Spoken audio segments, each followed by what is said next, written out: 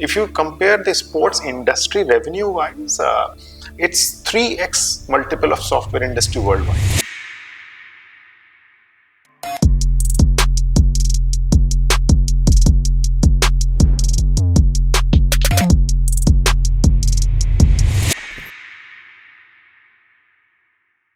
Hello, everybody. We have Mr. Tahsin Zahid with us. He's the CEO of SPFL, Sports Physical Education, Fitness and Leisure Skills Council, and he has been doing some amazing work. He said he's media shy, so we will try to open him as much as he can. Hi, Tahsin. Thank you. Thank you for inviting me for this discussion. So, first of all, please share with our audience about your organization. What do you do? So SPEFL-SC is a sector skill council which has been created by Ministry of Skill Development along with FICCI as our parent body, and our entire working is coordinated by National Skill Development Corporation. Though it's an autonomous body, but the entire working that we do is all under Ministry of Skill Development as per the policy of Government of India. So majorly we support the entire Skill India initiative of our Honorable Prime Minister. Mm-hmm. So that's our work, and we have been formed to create courses. So any kind of certification that happen, especially if you see, like if you go to a gym and you find a fitness trainer there. So a fitness trainer needs now, as per the BIS rules, need to have a certificate from SPFL before he gets deployed. Similarly, you see swimming pool. So a cleaner at the swimming pool to a deep sea excavator or a lifeguard at beaches. All those courses are created now by us, and the certifications have to be done with this manpower. And we are also looking forward worldwide. In fact, our students from India are getting good jobs abroad also, especially in Middle East and African continent countries, because there's a huge respect for Indian education system abroad.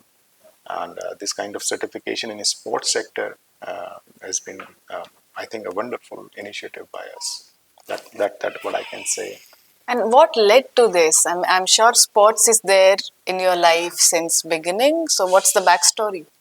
So yeah, I have been a sports person myself. Young age. Obviously, everyone tries to do something. So my first passion was to sports, and that was cricket. Somehow, as the story goes, I couldn't make it to the big thing, and then I continued with my own passion, studies, and all that.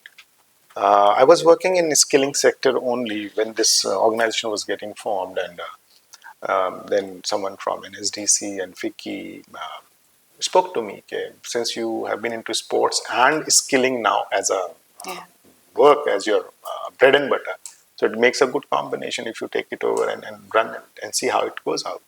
So I think out of sheer passion for sports, I took it over and I joined this as a CEO. And that's all what I can say. Great. I'm glad it happened. Yeah. So we have around 41 courses now.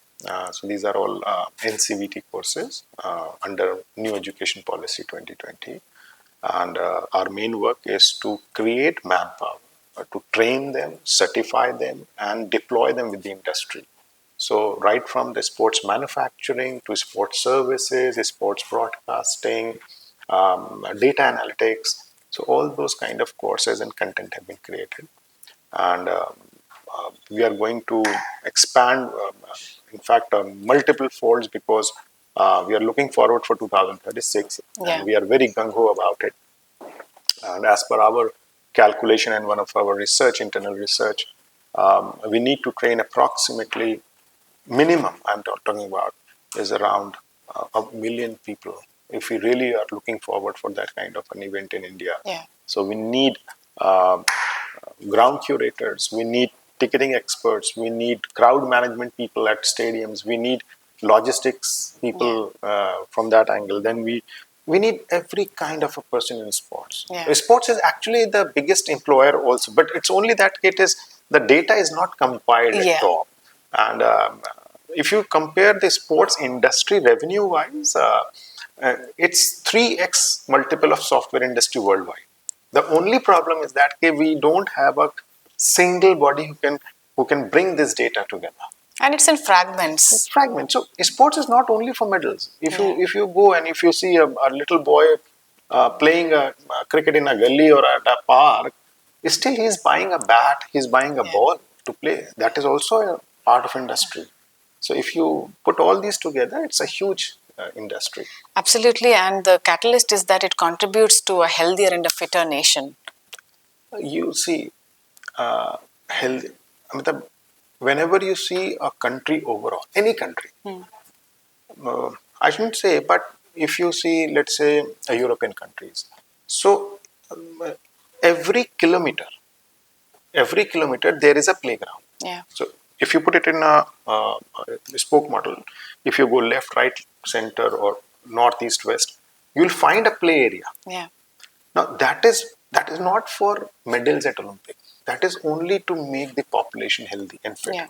And fun. And fun. Playing is fun. Yeah. Because if you see the launch of Fit India concept, it is purely from that angle. Fit India is nothing, just putting this thought in mind of people to be fit. Yeah. You can go for a walk, you can go for a jogging, you can just go up, climb some stairs up and down. It's all a part of fitness. Yeah. Right. So I think we need to promote more of this healthy lifestyle. Still in our country, people think going to a gym is for elite, or going to walk in a park. People think, okay, he's a rich guy, he must be having a blood pressure, that's why he's going for a walk. Yeah. So that's the kind of image we have in the country. And I think that needs to change drastically. And another reason is, even parents will only push if they see potential ROI. सबको नीरज चोपड़ा बनना है, सबको सचिन तेंदुलकर बनना है. That's a very good point that you have raised. So in one of my discussions, we work with CBSC very closely on our programs there. And SPFL also has created programs for schools to adopt for physical activity. So age-appropriate physical activity. Yeah. So what is happening in the schools, generally you see, there is a PTI, a physical trainer. Big schools or elite schools may have 2-3 PT teachers, 4 PT teachers. Now schools have started taking up some specialized coaches also. But generally you see a PTI is there. Now that PTI who has done a BPEd program, let's say 20 years back, he has that knowledge, and all my respect for him. But things have changed drastically over the years, especially in the fitness industry. Yeah. With a lot of science coming into the background, things have developed differently. So if you see a kid who is 4 years old at preparatory classes, and a kid who is 7 years old who is in, let's say, class 3, the bone density, the muscle strength is entirely different. And also gender, boy child, girl child. There are so many other factors. You can't fit everyone into one frame. Yeah. So you have to develop activities according to the age, right? What they can do and what they can adopt. Yeah. Right. So we have developed those programs for schools. The other thing which comes now, what you said, parents. So what we are trying to do is, with physical activity at a school, if I am able to give them a certificate which carries credit points as per new education policy, that will change the scenario. Because ultimately Indian parents look at, end of the day, what has my son or a daughter got in return. Yeah. And everyone looks at from an academic perspective. Correct. So if I may be wrong, people may shoot me down one day, but I feel personally, that's my thought, sports need to have linkages to academics. Right. Every institute in India, school, college, ITIs, polytechnic, universities, they need to inbuild sports from an academic perspective. Yeah. So if you are able to give some kind of marking, not marking system, but maybe some kind of credit point system to what a kid is doing in school. So after a year, a class 1 student gets a certificate claiming, okay, he has successfully completed this program. Yeah. And gets, let's say, 0.25 credit points in education system. I think we'll be able to do it. Then the parents will start looking at it from a different angle. And it will be so good for the students. Yes. People like us, we won't have to choose academics over sports, Correct. right? Correct. So that is what we are trying to work out, and closely with the ministries and all the academic stakeholders. And I'm sure we'll be able to bring this concept by next year academic session. And we'll be offering these kind of certificates to schools. And if they want to adopt the program, you're most welcome. Great. And coming back to again 2036, we Yep. all are looking forward to it. And so we are a media organization. A lot of our fans and audience, most of them, they are sports fans at the first place, but a lot of them also aspire to be a part of the sports ecosystem and industry. So because they will be watching this conversation, so if these people, if they want to be a part of the skilling workforce towards 2036, how can they reach out to you? Or It's very simple. everything? It's a public organization there, and everything is in open. And you just come to our website. There's a website. So we have all the courses listed there. We have training centers across India. So we have around 170 odd training centers across the country. And they can just look at what is their passion. For example, someone has been a swimmer, for example. Now, he is a good or she is a good swimmer, that's perfectly fine. But when he goes for a job as a swimming teacher, so there's no paper which says, okay, you are a good teacher or you can be a good teacher, Yeah. right? You have to prove yourself. Yeah. So from that angle, we have all the courses. So as per your passion, as per your thing, you can just select a course which is listed there. The courses range from even courses like golf caddy. So no one would have believed that a golf caddy has a proper course from NCVT, and he gets a NCVT certificate now.